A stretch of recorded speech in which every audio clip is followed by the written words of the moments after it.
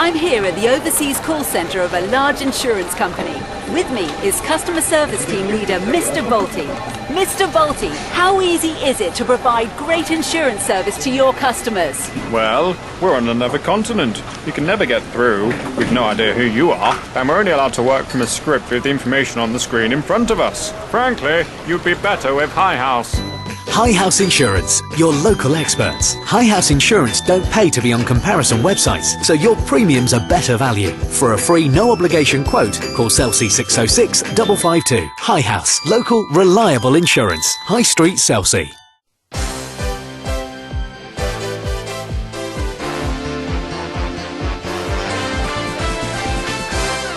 And welcome once again to Manhood Internet Radio's podcast. Well, we've got a varied programme for you this week, in which we talk to Chris Pilkington from Selsey Works. We also talk to Tony Kershaw from Business First Network. And if you're a small business employing just one or two people, or maybe a few more, this really is useful stuff for you. You need to listen to this. And we also speak to Jade Enfield from Gems Nails, and they're opening a new shop in Witterings Walk. And of course, we love to see new shops opening in and around the area, so we wish them well with that, and we'll be talking to Jade a little bit later on. And we've also got Kevin's Connections, our weekly quiz, and we'll have the answers to last week's quiz, and we'll have a new quiz for this week.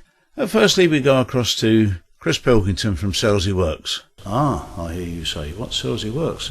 Well, that's what Chris is here for. He's going to tell us what Selsey Works is and where it is and what it can do for you. Good morning, Chris. Good morning, how are you? I'm pretty good, thanks. Now, I believe you've been at Selsey Works now getting on for about 9 months. I know we chatted when you first started. And are you fully settled in now and settled in the area? Yeah, absolutely. We've settled in really well. My family's down now, so we've been in a house in Huntston, so we're not local, but... You're not a million miles away. Not a million miles, I know. So it's all good, thank you. Yeah, we've been really enjoying it so far. Good, great stuff.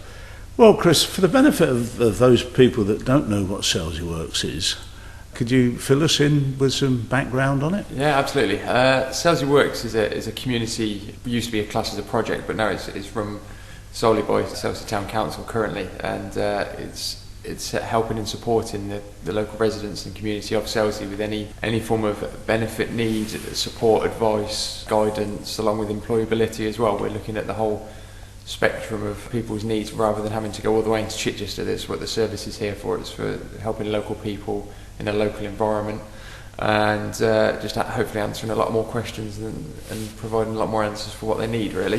So if somebody wanted to know what they were entitled to in a particular situation, you know, if they were a carer or something like that, or they were unemployed or whatever. Yeah, absolutely. If they come in and have a chat with you. Yeah, absolutely. We can go through all that information. If people are looking at, like you say, if they're caring for somebody, then you know they're entitled to certain things, and again, those people that are being cared for have benefits that they're entitled to as well. It's not dependent on situation. It is completely open to that sort of conversation. It's not there for anything particular. We're just here for helping you and whatever people need, really. And I also noticed that you do advertise some jobs. I was having a look the other day, funny enough. And not for me, I hasten to add, but I was having a look at jobs that are around the area. Mainly, I'll be quite honest, because my son's looking to move down here, and I was just trying to find out. And I did notice that on the website there was. Yeah, we advertise local jobs. I try and keep it as local as possible. You know, to Selsey, Chichester. And as close as really to do that. So we try and post varied different jobs on there, and for people to apply for, there are links back to where they've come from, internet based. But again, I can go through anything employability based, whether it's whether you're job seeking, CV advice, and information, as well as everything else. So we can interview skills and things like that. We can do that as well. So it's a very broad spectrum then. Yeah, absolutely. It is.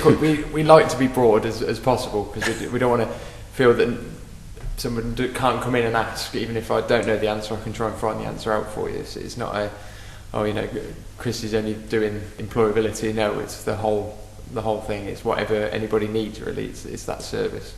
Well, it certainly is a broad spectrum, and what worries me is that I don't think enough people know that you're there. No, not yet. No, I want everyone to know that I'm here.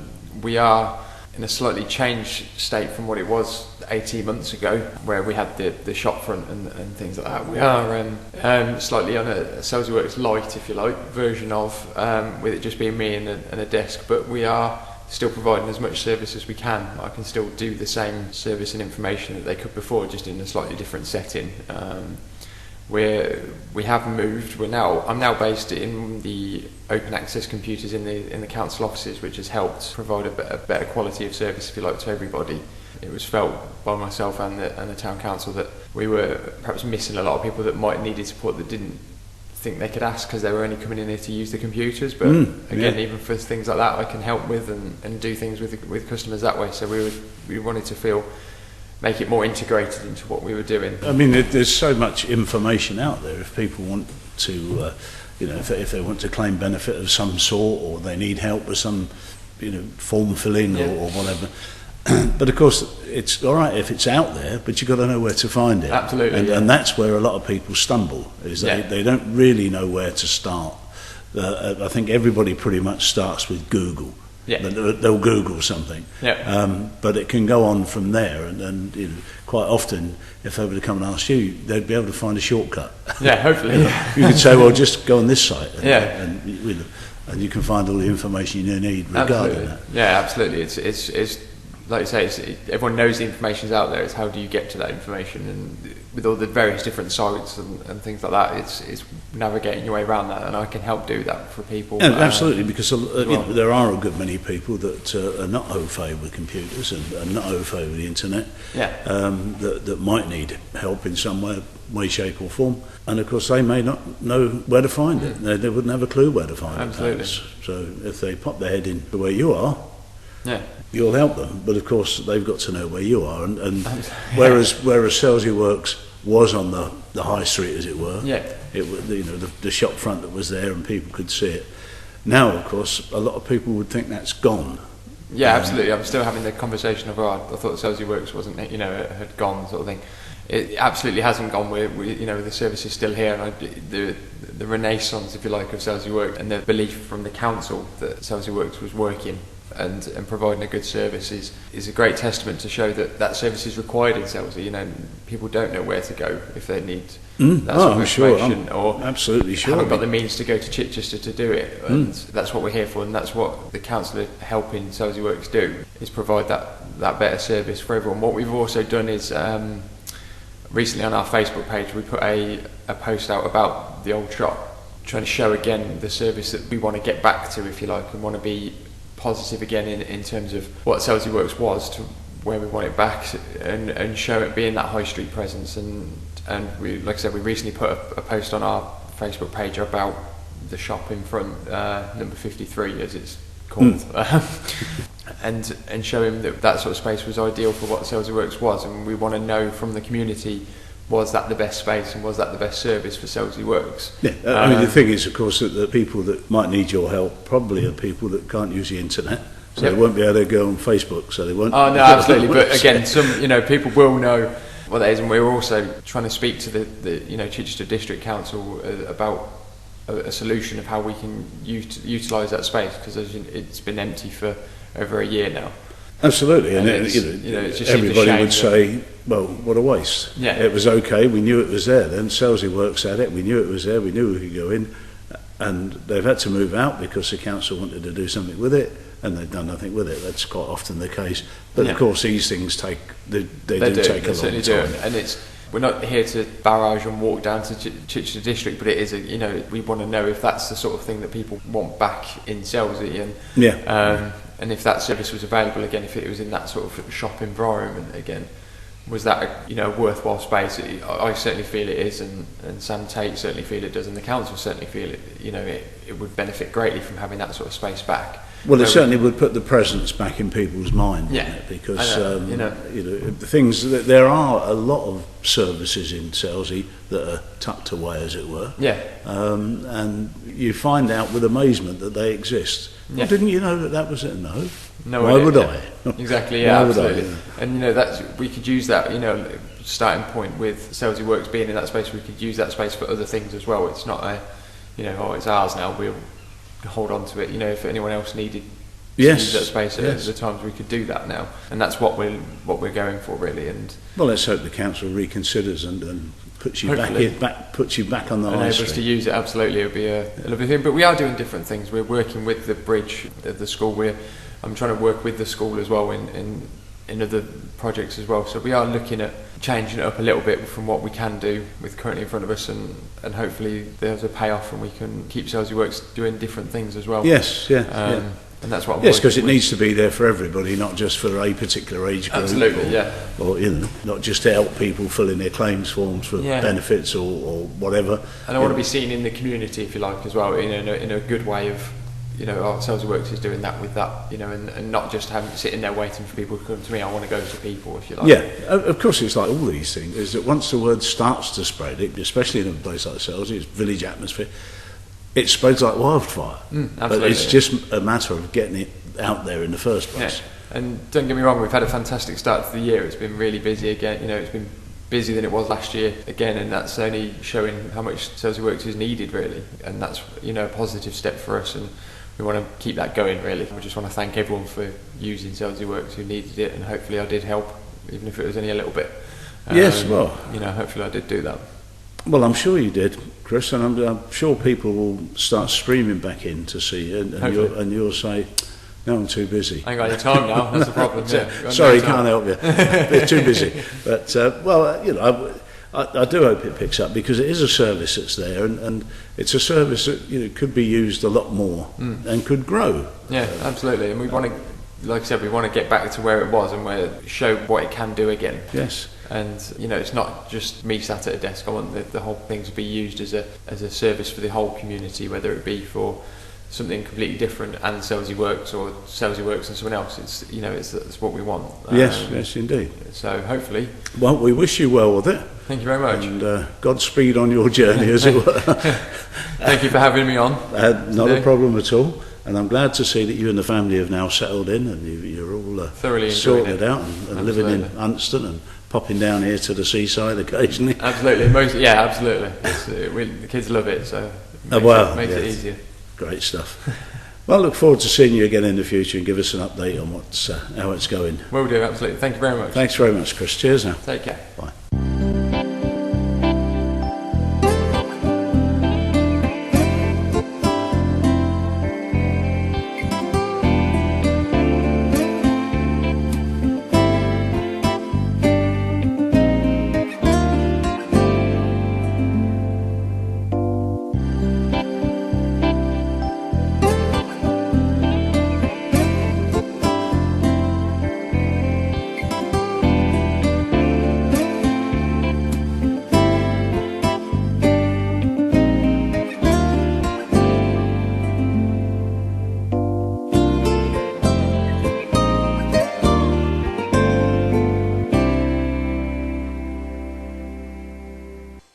With me now I have Tony Kershaw from Business First Network. Now, I don't know very much about Business First Network, but I'm sure Tony's going to fill us in.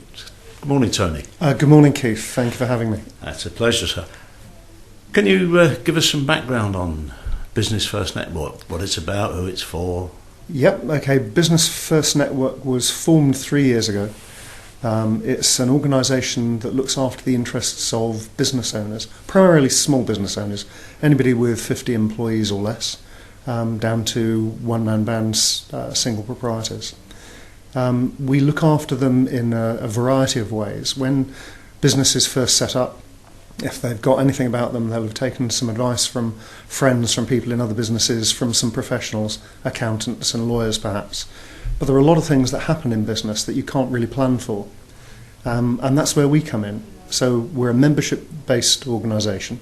Somebody becomes a member. The amount they pay for that depends upon the number of people that they employ in their organisation. But it's a very affordable membership, and they get quite a lot in return for it. They get some legal protection. So very often when businesses are forming, they're not aware of their legal responsibilities as far as taking staff on are concerned. A lot of people don't know that it's the law that within 8 weeks of taking somebody on, you're supposed to have a contract of employment for them. If they don't have a contract of employment that's been written down, the law deems that there is a contract of employment in place. You just don't have anything written, and so that works more on behalf of the employee than it will ever do on the employer. So we provide things like access to contracts of employment within the cost of the membership. There's nothing additional to pay. We support that with a legal helpline. So if anybody has got any issues with members of staff, they've got an expert that they can phone 24/7 to get advice on what the best practice and procedure is if something goes wrong with a member of staff, or with a customer, or with a supplier. So it covers most of the legal issues that a business is going to butt its head against during its normal working lifetime. And of course, business is fraught with pitfalls and potholes now, especially with things like health and safety, stuff along those lines. If somebody had a doubt about a health and safety issue, could they phone you up and find out about that? Certainly. Just to give you an example, I had a member who joined me 6 months ago, a garage in Chichester, and he joined primarily because we provide workplace pensions for his people. But I had a phone call from him about 6 weeks after he joined to say that he'd had a letter from the health and safety inspector. He knew that he had an obligation to have a health and safety record within his workplace, but hadn't got anything, and could we help? I spent 15 minutes with him, pointed him to all the areas of the website where he could download that. He allocated one of his members of staff to do it. He had phoned me on the Wednesday. By Friday morning, he had a full health and safety policy in place and passed his inspection with flying colours. Well, health and safety is... Everybody moans about health and safety, but there is cause for it, there is reason for it. But a lot of small companies, of course, don't have the time to... If you said to them, well, the information's out there, you've only got to find it, Google it or whatever. Well, I haven't got hours to spend sitting around Googling health and safety, trying to find advice on that, so they don't do it. It's not the only thing, of course, in business that gets shunted to one side, but it's the thing that could go on for years without any problems. Yes. And then when you do get a problem, it's a major one. Absolutely. Something goes wrong. That person's been doing that job for 20 years. Yeah.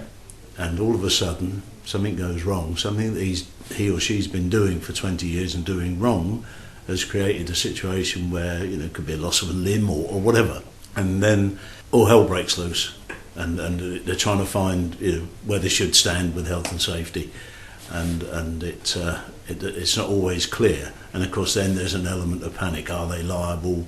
Are they going to be sued into the ground? Absolutely. Or what have you? And that's very much where we step in on all three of those fronts. Because if somebody's got a health and safety issue, they've got a telephone line they can phone straight away, and they start getting advised as the best way to start dealing with the situation that they're living with at that time. They've also got a website available to them to download any documents that they need. This isn't a case of going looking for it in the web. This is something very specific that they will be pointed to by the person who's taken their original That's the point call. I was trying to make, is that if they come to you, it can be done very quickly. Very quickly. You can spend hours trawling through. But third, and it's a very pertinent point that you made about them being sued into non-existence, because we're the only organisation that I'm aware of that not only give them all of the legal help, but actually pick up the tab if things do get nasty, and something like a criminal prosecution happens because somebody's lost, as you say, sight or limb because of an accident in the workplace. There can be a criminal prosecution against that business. We support our members and help protect them and pay their legal bills to get through that sort of issue, which thankfully doesn't arise very often.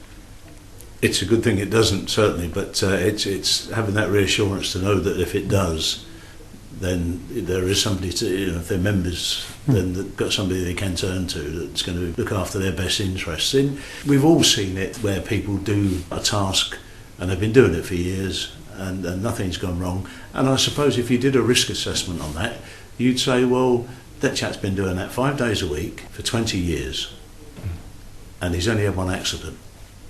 All right, now he's got no hand, but he's only had the one accident. And so if you were to assess the risk would actually be quite minimal. 20 years of carrying out that task. But of course that doesn't wear with the health and safety exec. No. And it could be a tremendous worry then to a small company to get through it, just to get through. Absolutely. The risks might be minimal, but the consequences of it can be very serious for the business. Can be huge, exactly, yes.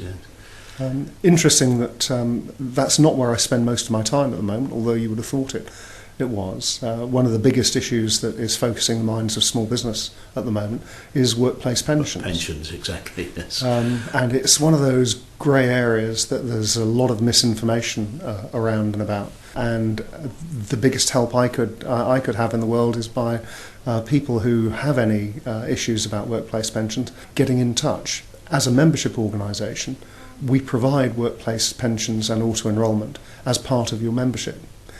So, for example, if you were a business with 4 members of staff, you would pay £200 a year plus VAT to be a member of Business First Network. Compare and contrast that with going to your accountant. You might find that unless he's going to point you at the only free facility that's left, he's going to be charging you to go into a pension scheme. Charges range from £500 to £1,500 just to get access to a pension fund. You go to an IFA and you can pretty much double those numbers. It's not a very pretty market, but the government left it deliberately unregulated. So independent financial advice is regulated. You've got to be somebody who is qualified and regulated to be able to give that sort of advice.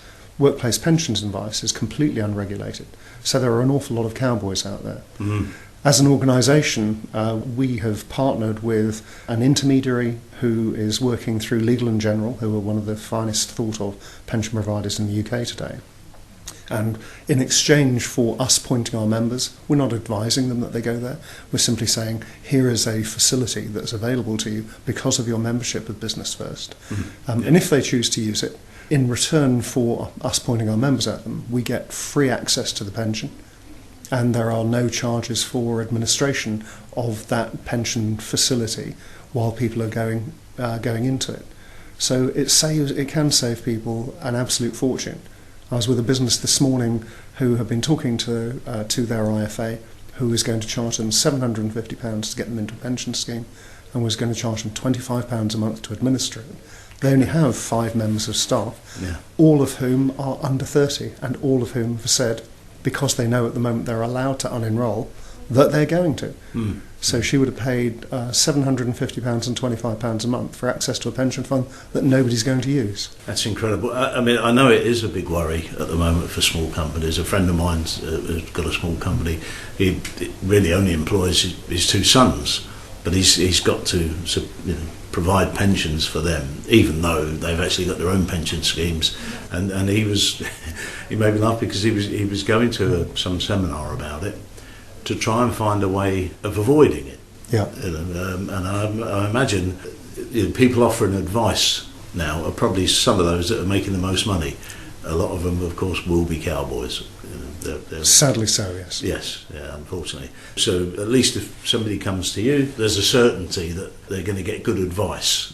Absolutely, and there's no cost to that advice. Whenever I'm talking to business owners, I talk to them about the benefits of becoming a member. They don't have to become a member. I'll talk them through all of the issues that are available and all of the options that are there for them. And if they choose to become a member, they get access to the things that we do.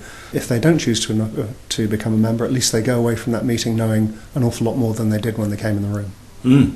And it must be of great benefit to small businesses to have somebody like yourself around that takes a lot of worry off of them, because there's a lot of worry in business, as I say, health and safety, pensions, blah blah blah.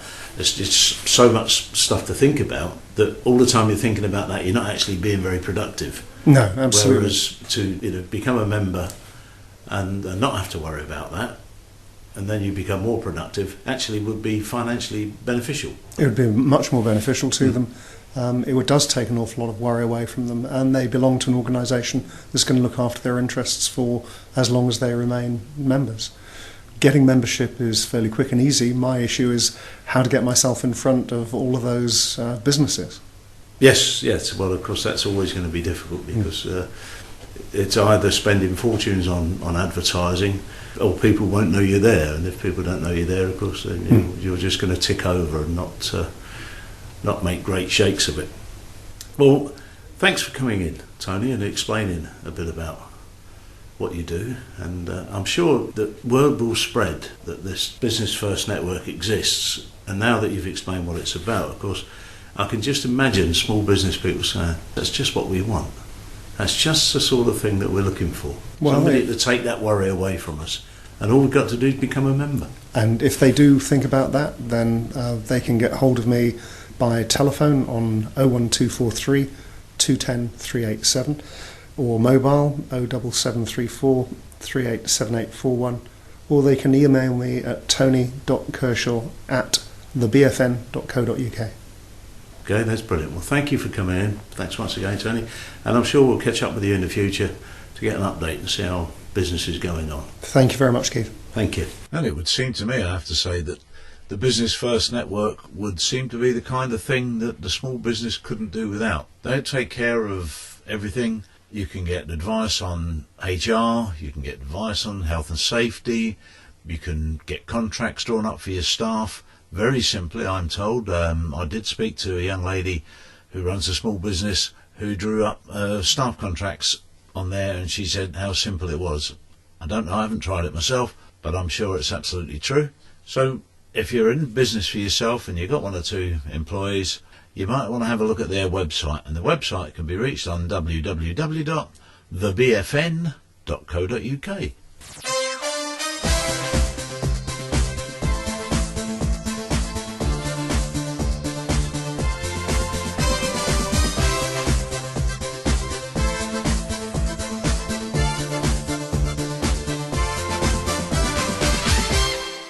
Right, it's quiz time now, or at least the answers to last week's quiz, and then we'll have Kevin along to give us the questions for this week. First off, the answers for last week. And question 1. Which TV series of the 1980s was written by Alan Bleasdale, and the character Yosser Hughes had the catchphrase, "Giss a job"? Well, that of course was Boys from the Black Stuff. And which 60s pop group consisted of members Eric Clapton, Jack Bruce and drummer Ginger Baker? And that was of course Cream. Which 19th century actress born in 1853 became the mistress of Edward VII? And that was of course Lily Langtry, or Jersey Lily as she was known. Which TV series starred James Bolam, Dennis Waterman and Alan Armstrong? And that was of course New Tricks. And which cheese spread is known in its native France as le vache qui rit? And that is of course Laughing Cow, the Laughing Cow cheese spread. And the connection for all those is Jersey. That's what Kevin tells me anyway. But just to clarify that, it's Jersey Boys, Jersey Cream, Jersey Lily, New Jersey, and a Jersey cow, of course. Right, Kevin, what have we got for this week? Right, this week's quiz, Kevin's Connections quiz, 5 questions, general knowledge questions, but something connects all the answers. What is the connection? And question number 1, film question. Which 2006 film, based on a Dan Brown novel, starred Tom Hanks as a Harvard professor? What was the film? Question number 2. There are 4 Gospels in the New Testament. Matthew, Luke and John are 3. What is the 4th? Question number 3 for any bingo players. In bingo calls, number 90 is known as top of the what? Question number 4. What in Cockney rhyming slang is your boat race? And number 5 for the technos. In computing, HTML is an abbreviation for which language? That's HTML. So what are the answers and what connects something in all the answers? And of course you can get the answers to those questions next week. And we go across to the kitchen now and see what delights we've got coming forth from there this week. And welcome once again to Keith's Kitchen. Well, we've got a couple of chicken recipes for you this week, and I like a bit of chicken, I have to say.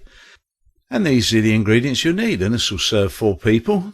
This is what we want: 5 tablespoonsful of corn oil, 4 chicken portions, 6 tablespoonsful of plain flour, 1 onion chopped, 2 celery stalks sliced, 1 green pepper de-seeded and chopped, 2 garlic cloves finely chopped, 2 teaspoonsful of chopped fresh thyme, 2 fresh red chilies de-seeded and finely chopped, 400 grams of canned chopped tomatoes, 300 millilitres of chicken stock, some salt and pepper, and some lamb's lettuce and chopped thyme to garnish.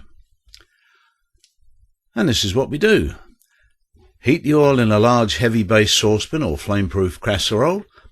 Add the chicken and cook over a medium heat, stirring for 5 to 10 minutes or until golden brown. Transfer the chicken to a plate with a perforated spoon. Stir the flour into the oil and cook over very low heat, stirring constantly for 15 minutes or until light golden. And don't let it burn, whatever you do. Add the onion, celery and green pepper and cook, stirring constantly for 2 minutes. Add the garlic, thyme and chilies and cook, stirring for a further minute. Stir in the tomatoes and the juices, then gradually stir in the stock. Return the chicken pieces to the pan, cover and simmer for 45 minutes or until the chicken's cooked right through and tender.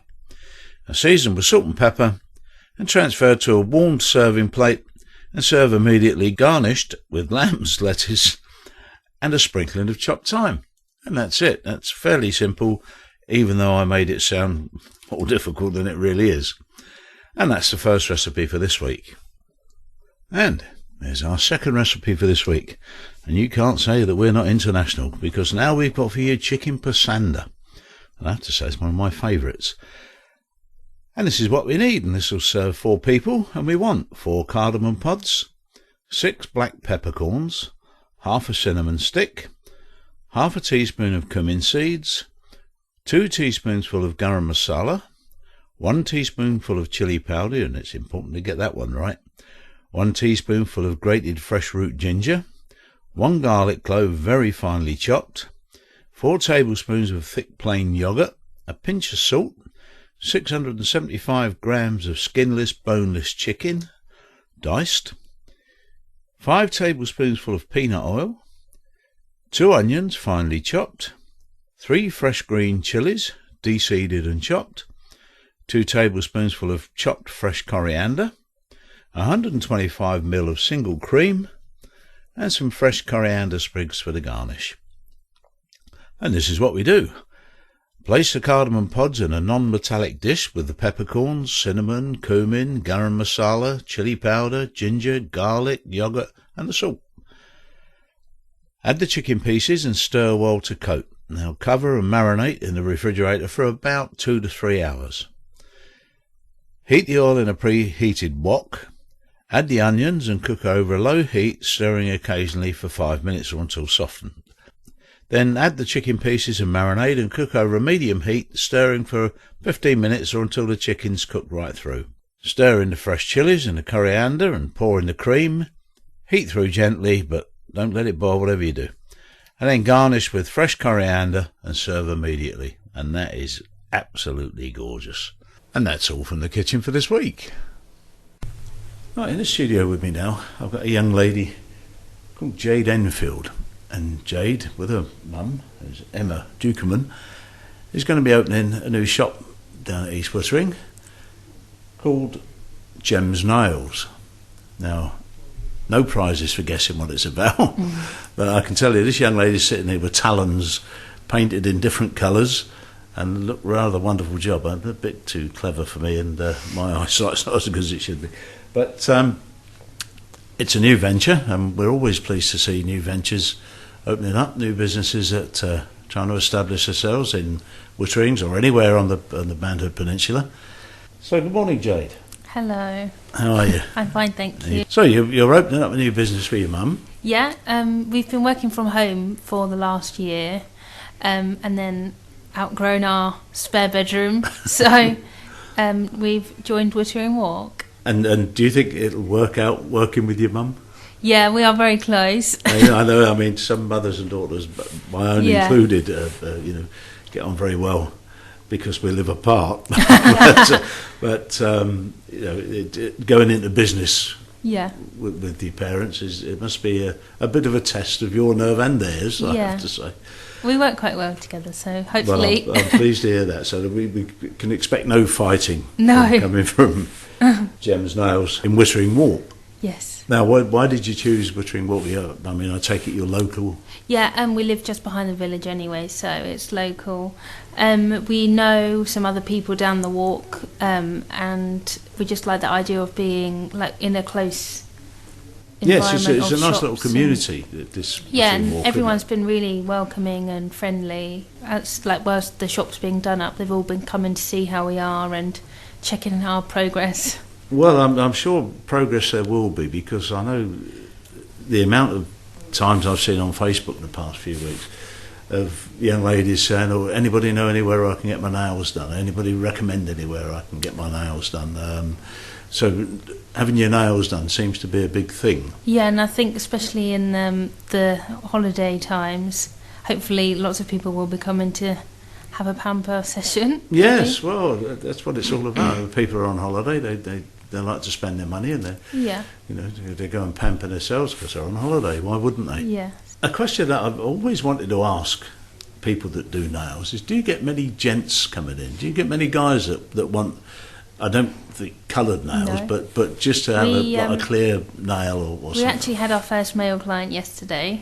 Really? Yes. Well, I didn't know that, folks. So, and he had some splits in his nails. That's what made me Yeah. ask, because my nails are notorious for splitting.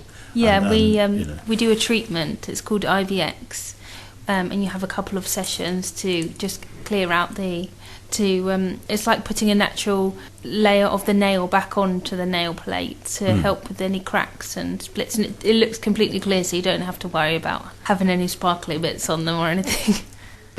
Well, I personally wouldn't mind the sparkly bits, but it's just a question. As I said, it did occur to me because, and I've never had the courage to actually go into a shop and say, "Oh, do you do gents' nails?" But as I've got you here in front of me now, I can ask you. Yeah. And as you get older, it is a problem, and it's just an annoying thing that you get a split in your nail, and then you haven't got any nail clippers. I do other stuff where my nails are on show, as it were. And sometimes I think, they look awful. They could just do with being made to look a bit... Men need pampering too. Yes, well, I think you could well be right.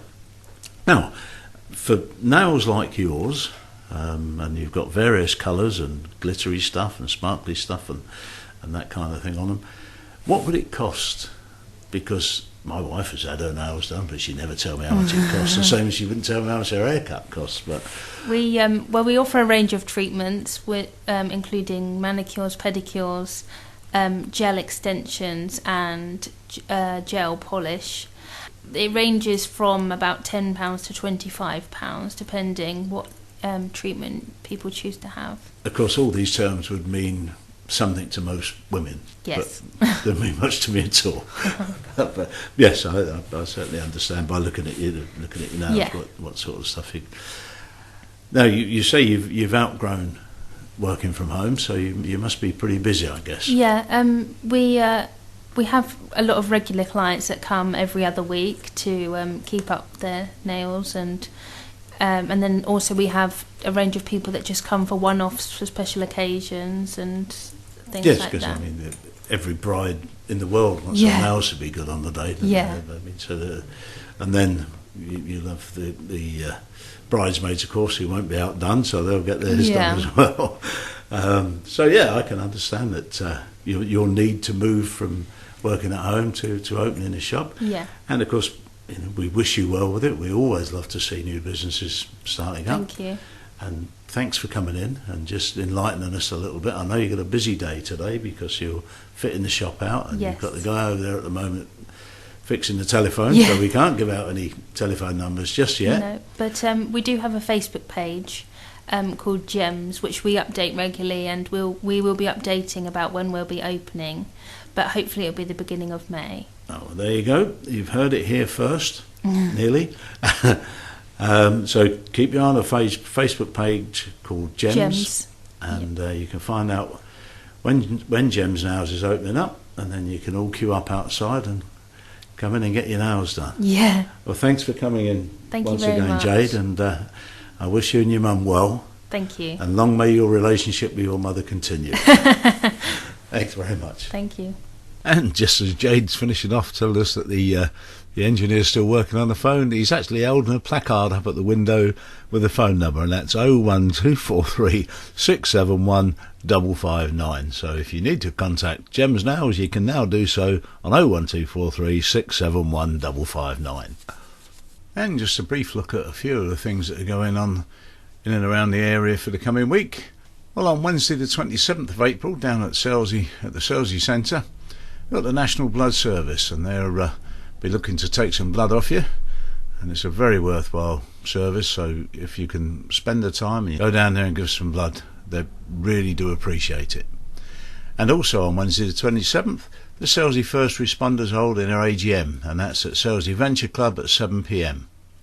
On Saturday the 30th of April, the Selsey Lifeboat Spring Fair at Selsey Town Hall from 9:30 a.m. to 12 noon. And there's an open house at Little Spain Bowling Club, and if you'd like to join, you can. So you can pop along there. It doesn't matter if you're a beginner or if you're more experienced, you're all welcome. That's from 10:30 a.m. onwards, and all you need is some flat-soled shoes so you can try the game out. There's also a concert by Off Centre in support of St Peter's Church, and that's at 7 p.m, and that's Chichester Choir, which was formed in 1989 and is led by Director of Music Nicky Bennison.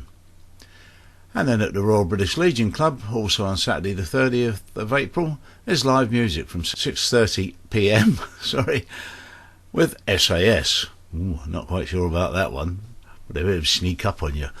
And on Sunday the 1st of May, well, there's the Selsey Lifeboat Sponsored Walk, and registration for that's 8 to 10 a.m.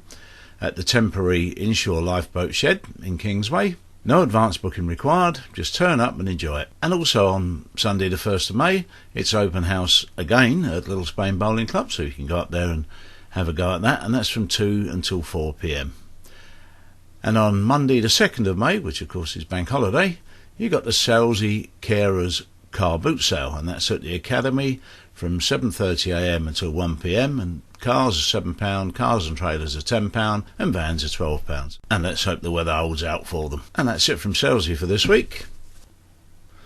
And sadly, I've not had any information in from the other areas, so we really don't know what's going on anywhere else on the Manhood Peninsula. But if you know, then you can contact us. You can text us on 07551 119 3019, or you can email us at manhoodinternetradio@gmail.com, or you can go onto our Facebook page and leave a message on there and let us know what's going on in your area of the Manhood Peninsula, and we'd be only too pleased to put it on the radio for you.